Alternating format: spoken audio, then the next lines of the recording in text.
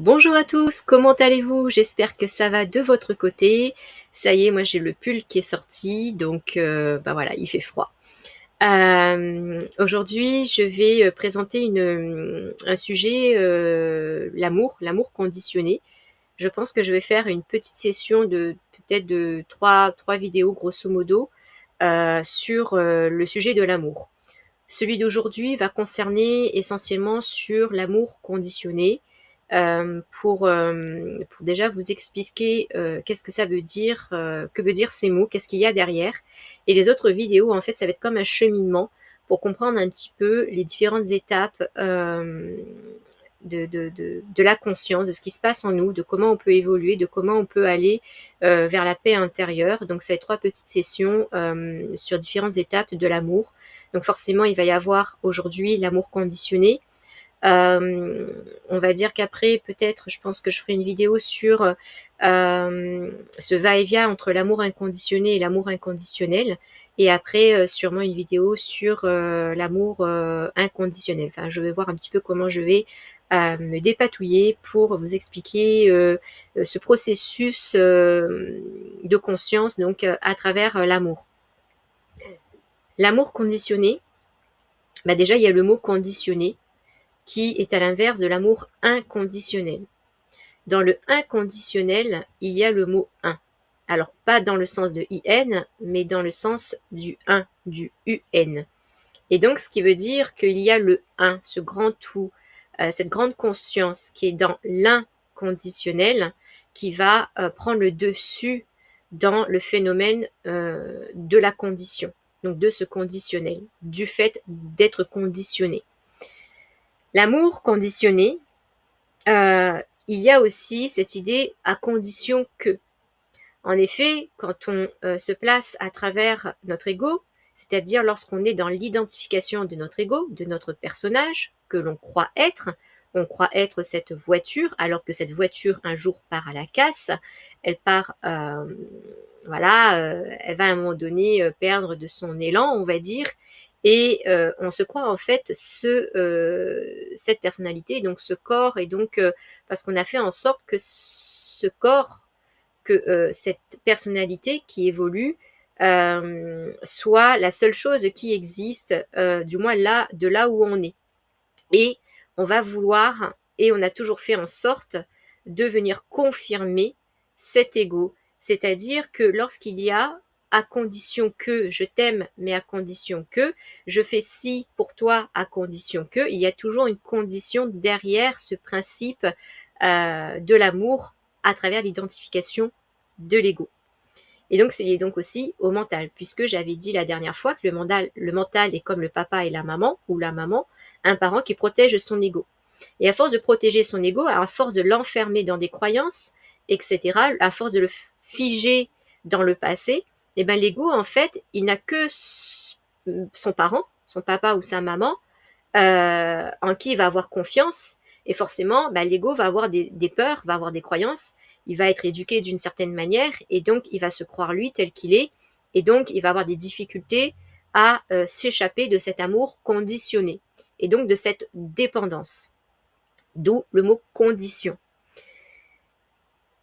Cet amour conditionnel est lié donc à cet ego, et donc c'est lié aussi donc à ce que je viens de dire, à condition que c'est le fait d'attendre. On est dans l'attente de l'amour de l'autre, à condition que tu m'aimes, à condition que tu me remercies, à condition qu'un jour cette personne me regarde, à condition que cette personne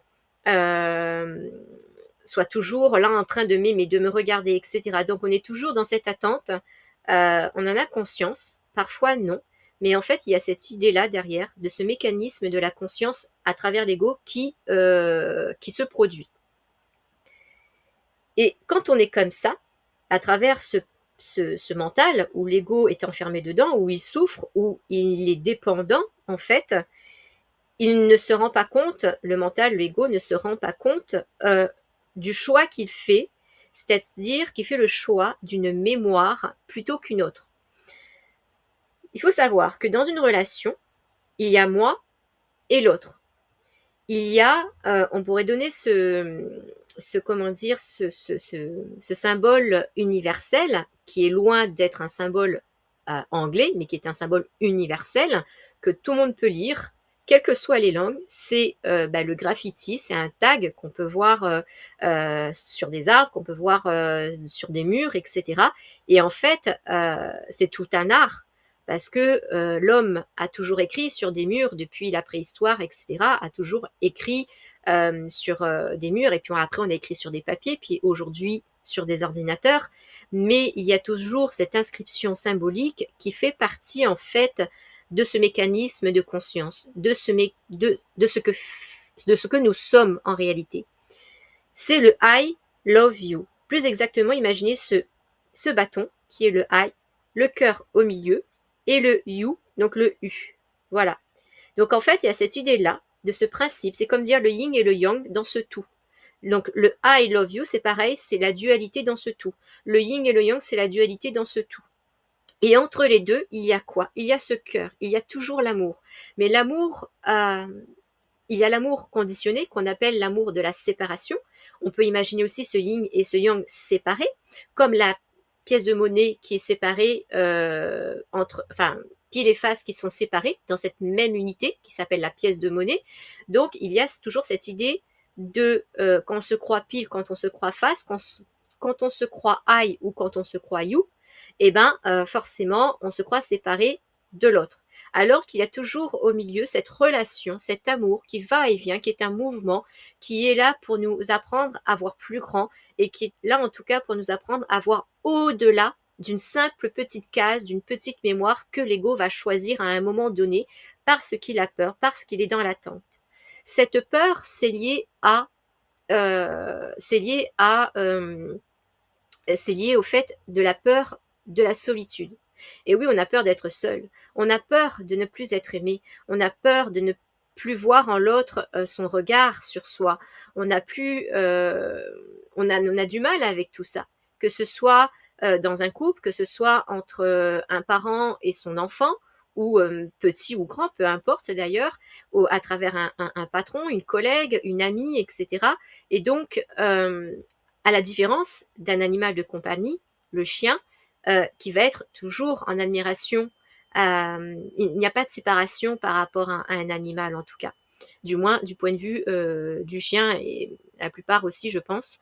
Mais en tout cas, je donne cet exemple en particulier. Et donc, il y a ce I, ce love et ce you, donc ce bâton, ce cœur et ce U.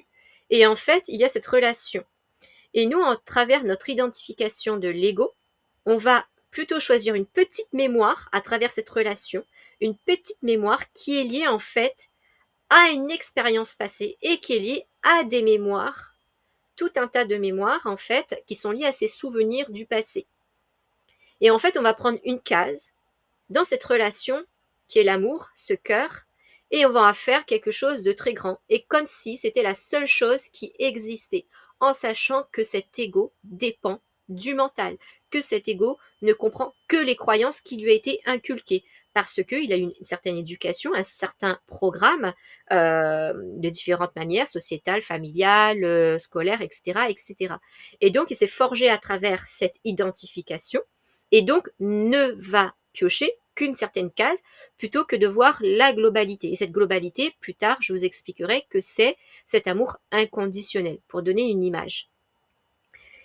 Et donc, lorsque on va choisir une mémoire plutôt qu'une autre, alors on va croire que l'autre ne nous aime plus. On va croire que l'autre s'en fout. On va croire que l'autre se détache parce qu'en fait, il se détache parce que il ne m'aime plus, voilà, etc. Alors que ce n'est pas du tout ça. Lui aussi est dans ses croyances. Ce you se croit le je, et lui aussi dans ses propres croyances par rapport à certaines expériences qu'il a vécues qui va être différentes, plus ou moins différentes par rapport à celles de l'autre.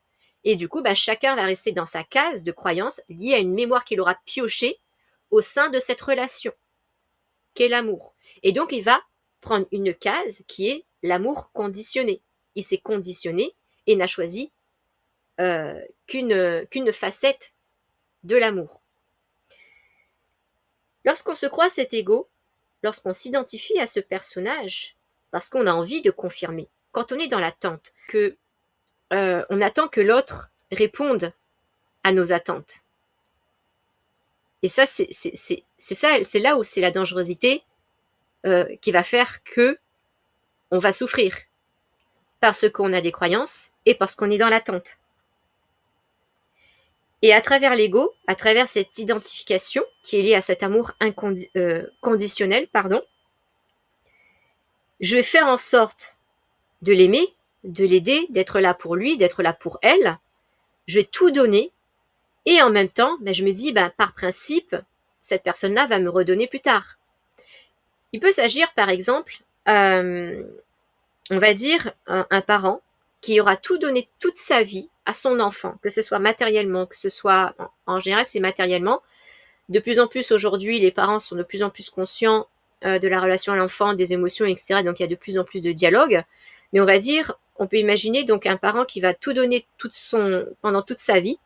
Et lorsque ce parent va être vieux, donc à un certain âge, et qui va être grabataire, qui va être peut-être mis dans une maison de retraite, ou qui va être de moins en moins autonome, etc. Et il va dire, mon fils, ou alors même si c'est inconscient, parce que parfois c'est inconscient, où l'enfant va se dire, je dois tout à mes parents.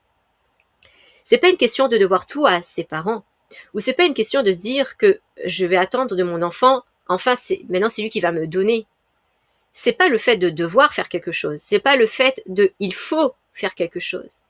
Mais est-ce que là, ça vient du mental parce qu'il faut, ou est-ce que là, ça vient du cœur parce que j'en ai vraiment envie, parce que c'est essentiel pour moi, parce que c'est ça qui vibre en moi, c'est ça qui résonne en moi. Et c'est ce qui fait toute la différence entre le fait de vouloir faire par obligation, parce qu'il faut, et le fait d'être réellement qui on est et de donner vraiment avec son cœur. Et donc, c'est le don de soi. Et donc, lorsqu'on reste dans cette attente, par exemple, un parent justement grabataire qui est à un certain âge et qui attend que son enfant vienne l'aider et qui voit qu'en fait l'enfant n'a rien à faire, en fait c'est quelque part, quel que soit le rôle qu'on joue, en tout cas ici ou même ailleurs, c'est que on vient confirmer, on cherche à confirmer son ego. Quand on est dans l'attente, quand on va même par la contrainte, de quelle que soit la manière, par la colère, par la tristesse, on va montrer à l'autre qu'on n'est pas content, on va montrer à l'autre en fait, on va peut-être même le rejeter. On va peut-être même le rejeter, purée, mais en fait, cette personne, je vais le rejeter parce que, ou la rejeter parce que elle ne m'aime pas, elle n'a pas compris que moi, quand j'ai fait ça, que j'ai fait ci, que j'ai tout donné, et ci et mi, et en fait, et il va essayer, ou là, cette personne va essayer d'aller toucher encore l'autre, mais en le rejetant quelque part par la colère, par la tristesse, en fait, il se passe ci, pourquoi tu fais ci, pourquoi tu fais ça, et pourquoi, et c'est là, en fait, et parfois ça peut être, c'est très inconscient, mais et en fait, que ce soit le I ou le you, c'est toujours des problèmes de rejet, c'est toujours des problèmes de peur de solitude, c'est toujours le problème d'attente, la peur du manque d'amour. À travers l'identification de l'ego, on en a la peur du manque d'amour de l'autre, alors qu'on a tout en soi pour être aimé. Et ça, ce sera un autre chapitre. Et donc,